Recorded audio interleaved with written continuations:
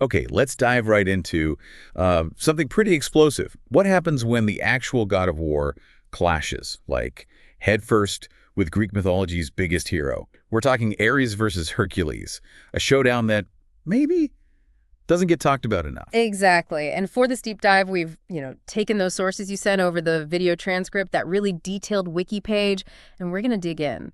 The aim isn't just like retelling the story. It's about finding those aha moments, the surprising bits, and really getting the bigger picture of this fight. And well, Hercules himself, he's complex. Yeah, getting straight to the core of it, right? Skipping the fluff. And to really get this fight, we need to set the stage, introduce the main players, just based on what our sources say. First up, Ares. Right. And the sources, they make a really clear point here. Ares isn't like Athena.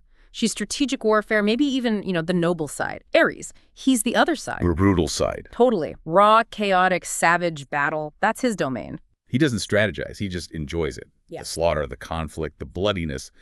And the sources suggest he wasn't exactly well-liked for it on Olympus. No, definitely not. Even Zeus, his own father, apparently looked down on him sometimes for that temper, that destructive streak. He was kind of the wild card, wasn't he? Driven by rage, bloodlust. Okay, so that's Ares. And then the other corner, Hercules, or Heracles, yeah, the demigod. Mm-hmm. Son of Zeus and a mortal woman, Alcmene, raised by Amphitryon. And the sources are unanimous. Greatest of the Greek heroes, period. Known for strength, obviously courage, and those insane labors he pulled off. He's positioned as like a champion for the Olympian order, right? Fighting monsters, bringing order to chaos, even though the gods themselves, especially Hera, often gave him a really hard time. And what's really key about Hercules, especially for this story, is his status. The sources call him both hero and god, a demigod. That power he had, it really blurred the lines between mortal and divine. It suggests he could, maybe, actually challenge the gods. And his character. Right. Wow. It's layered. Strength, courage, sure. But the sources mention ingenuity, too. He used his brain, not just muscle. Absolutely. And they really highlight how passionate he was. Fiercely loyal, remember he wrestled death itself for a friend, but also capable of terrible revenge. Plus that legendary sexual prowess with lovers of all genders, it's mentioned. And a playful side, too, apparently. They call him a benefactor. Yeah. Someone who made the world safe. Quite the package. Flawed, but powerful. So you have Mr. Chaotic War meets the ultimate complicated hero. What sparks their fight? It starts with Ares' kid. Yeah, a guy named Cycnus. And the sources, they paint him as absolutely awful. A brigand, a monstrous robber. And this detail is chilling. Yeah. He wasn't just robbing random people. He targeted travelers on the sacred road, the road to Delphi, Apollo's shrine. Pilgrims, specifically. And what he did, the sources say he murdered them brutally. And then used their bones. Wait, bones? Yeah. Used their bones to build a temple for his father, Ares. Wow. Using pilgrim bones for a temple to the god of war. That's beyond just crime. It's sacrilege. A direct insult to Apollo, to everything sacred. Exactly. So when Hercules, who's portrayed as this force for justice, despite his own issues, happens to be on that same road, well, the sources make it clear. He encounters Cycnus. A fight was inevitable. He wouldn't stand for that. Okay, so Hercules and his nephew Iolaus is usually with him, right? They confront Cycnus. And Cycnus isn't a pushover either. Inherited some of Dad's fighting skill. Described as a fierce, brutal clash. Hercules uses his club, his famous poison arrows, the Hydra blood ones. And just as Hercules starts getting the upper hand against Cycnus... Boom. Oh. Enter Ares. Big entrance time. Descending from Olympus, war chariots, spear, the works. Face like thunder, divine fury, the sources say. Yeah, well, he's fiercely protective. Even Ares isn't going to watch his kid get killed by some mere demigod, right? Pride and raves just took over. And this is where it shifts. It's not just hero versus monster anymore. It's demigod versus Olympian god. A direct challenge. Ares just charges. Spear aimed right at Hercules' chest. You can almost picture it ground shaking, air crackling, pure godly power unleashed. But then, something unexpected. Athena shows up.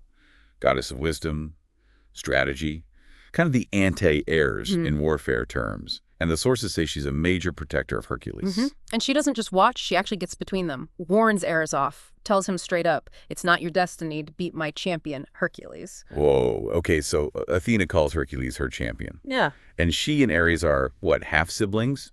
Both Zeus's kids? That tells you something about Olympian family dynamics, doesn't it? Oh, definitely. All those rivalries, loyalties, playing out right there on the battlefield, affecting mortals. But Ares, even with Athena warning him, He's too far gone in his rage. He ignores her, attacks Hercules again. So the duel's back on. God versus demigod. Ares strikes with everything he's got. But Hercules, remember that endurance? Maybe Athena helped subtly. Maybe it was the Nemean lion skin he wore. He takes the hit, stays standing. He withstood a blow from the god of war. And then, this is the moment.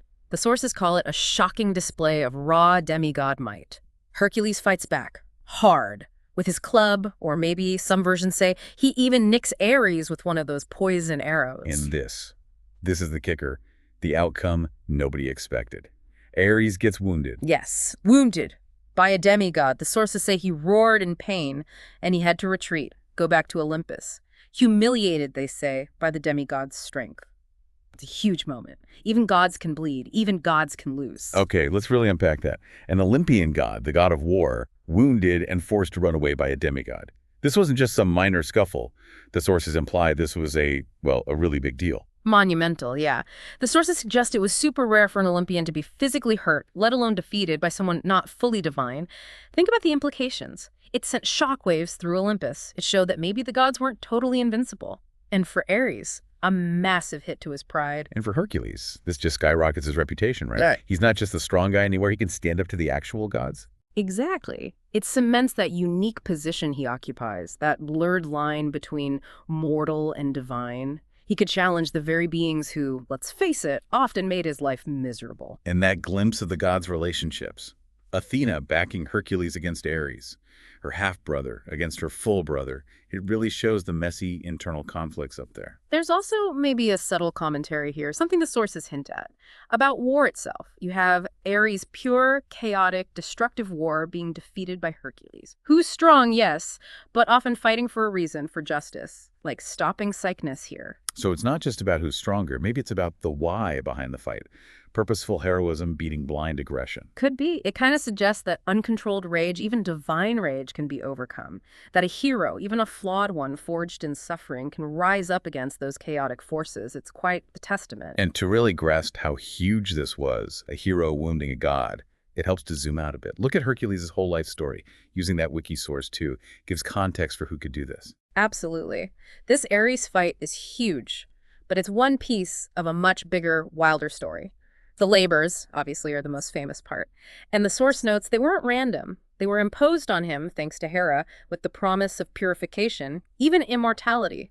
So the stakes were divine from early on. And that wiki source adds so much texture. His relationships, for instance. Multiple wives, yeah, even goddesses eventually. But it also mentions countless lovers, male and female. It emphasizes this larger-than-life, passionate nature, his unique vitality, you could say. Right. And his influence was massive. Cults spread everywhere, cities named after him. He gets identified with gods in Rome, or Hercules, obviously, but also Egypt. Even pops up in Greco-Buddhist stuff. And the Pillars of Hercules, marking the edge of the known world. That says it all, really. The ultimate hero's reach. And he was connected to everyday life, too. Patron of gyms, military training, an ideal for young men to aspire to. And his ending. Yeah. Just as dramatic as his life. That poisoned shirt of Nessus. Terrible suffering. Building his own funeral pyre. But it's not truly the end, is it? The sources say his mortal parts burn away, but his immortal self remains. Zeus makes him a full god. Apotheosis, he ascends to Olympus. And then, talk about reconciliation, he marries Hebe, who is Hera's daughter, his tormentor's daughter. His suffering, his transformation, it even formed the basis for real-world rituals, the sources say. So this clash with Ares, amazing as it is, fits into this bigger arc. A figure who walked between worlds, suffered immensely, did the impossible, and ultimately went from tormented hero to Olympian god. Yeah, it really drives home the kind of power he wielded even before becoming a god, and just how unique, how complex he was in the whole mythological landscape. Okay, so bring this deep dive toward a close. The key thing, Ares versus Hercules. It's a critical moment. It shows Hercules' insane might, and it cracks that idea of divine invincibility. And the sources show us Hercules wasn't just muscle, he was complex. Flawed, yes. Capable of wounding a god, yes. But also a hero fighting for justice, a benefactor, someone who lived right on that line between human and divine. Right. So here's a final thought, something to chew on, drawing from all this. Hercules, this hero made through suffering, full of flaws, manages to wound the god of war and eventually becomes a god himself. What does that suggest about where real strength or maybe divine favor actually lies in Greek myth? How does this whole journey from suffering hero who could challenge gods to being a god change how you think about mortals and Olympians?